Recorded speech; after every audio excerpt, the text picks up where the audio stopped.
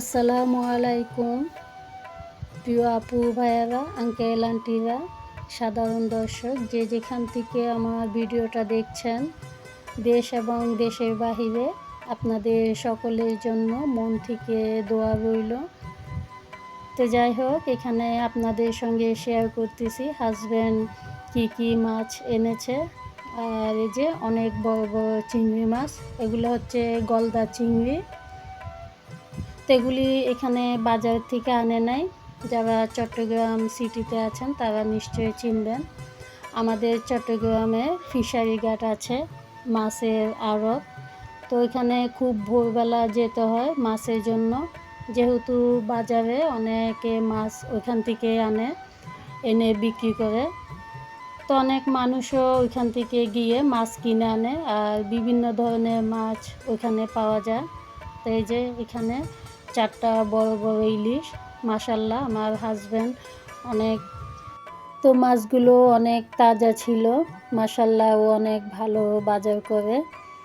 তো হাজব্যান্ড দেশে আসছে দিকে ও যখন যেটা পারে সেটা আনতেছে।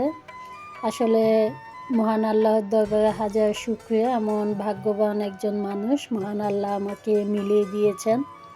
তো যাই হোক, এগুলি এখন আমি এই যেগুলো রান্না করব এখান থেকে নিয়ে এরপরে কুটে তো ধুয়ে রেখে দিব। আর কিছু চিংড়ি মাছও রান্না করব, তো দেখি কখন রান্না করা যায়। আর ইলিশ মাছ আমার হাজব্যান্ড বলতেছে সরিষা ইলিশ রান্না করার জন্য। তো এখানে যেহেতু মাছ কাটতে পারে নাই, আর ও কিন্তু মাছ বাজার থেকে কেটে আনে, তো বলছিল যে যদি পারি ওইখান থেকে কেটে আনবো।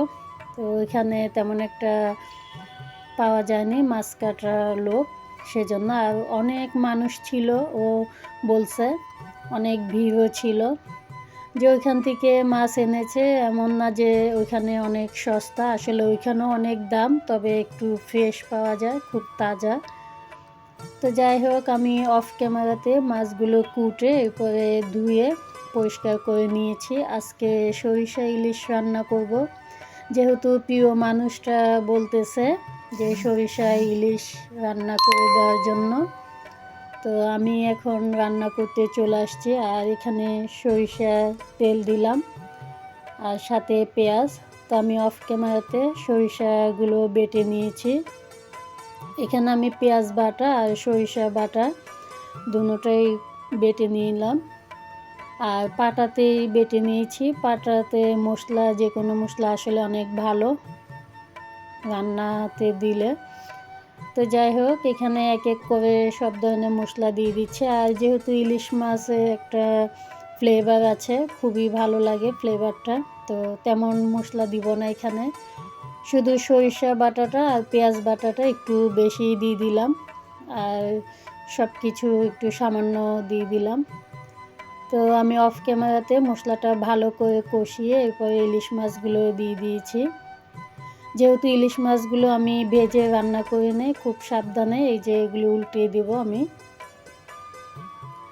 তো সাথে কয়েকটা কাঁচামরিচ দিয়ে দিয়েছি। আর এখানে ধনিয়া পাতা দিব না, যেহেতু ইলিশ মাছে খুব সুন্দর একটা ফ্লেভার আছে, সেজন্য।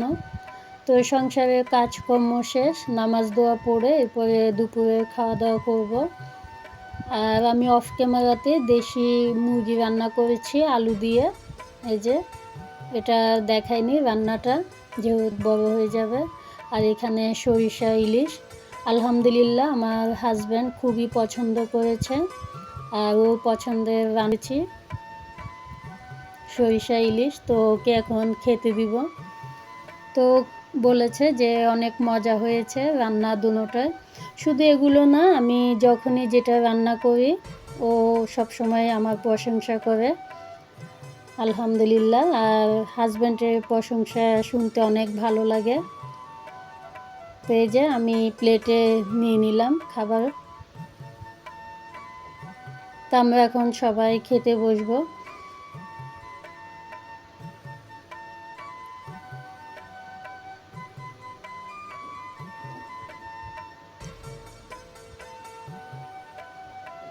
যারা এতক্ষণ ধৈর্য সহকারে আমার ভিডিওটা দেখেছেন, আপনাদেরকে অসংখ্য ধন্যবাদ জানাই। আশা করছি আমার ভিডিওতে একটা লাইক দিয়ে বাকি অংশটা দেখে নেবেন।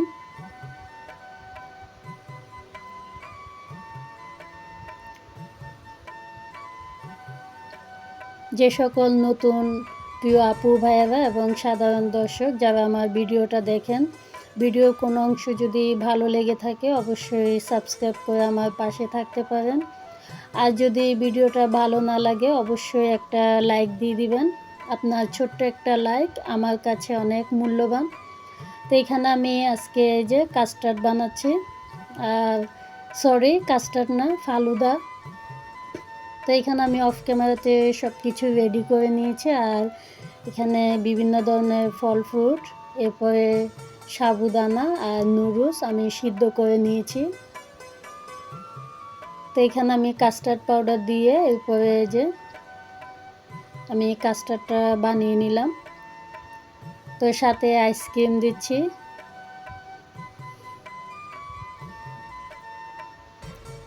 আর আইসক্রিমটা ম্যাঙ্গো ফ্লেভারে, খুবই মজা ছিল আইসক্রিমটা। আর ফালুদার সঙ্গে দিলে তো আরও বেশি মজা হয়, সেটা তো আমরা কম বেশি সবাই জানি। তো বিকেলে এই যে কাস্টার্ড খাবো।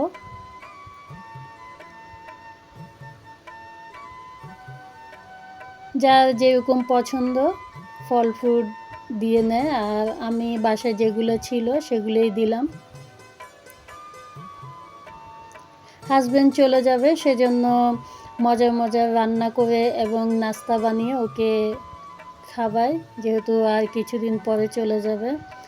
এরপরে যে এটা হচ্ছে তারপরের দিন হাজব্যান্ড আসার সময় কিছু ফল ফ্রুটস নিয়ে এসেছে বাসায়। এখানে ড্রাগন ফল আর পেয়ারা, তো এগুলো আমি একটা প্লেটে নিয়ে নিলাম।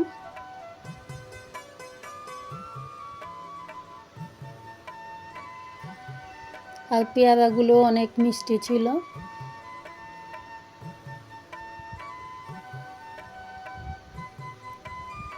তো এগুলো আমি এখন ধুয়ে নিব। এরপরে কিছু আমও এনেছে এই যে, আর আমের সিজন কিন্তু চলে যাচ্ছে, আর কয়েকদিন পরে হয়তো আম পাওয়া যাবে না, এখনও অনেক দাম আমের। আর আমার আজকের ভিডিওটা কেমন হয়েছে আশা করছি আপনারা কমেন্ট করে জানাবেন। এখান থেকে বিদায় নিচ্ছি, আল্লাহ হাফেজ।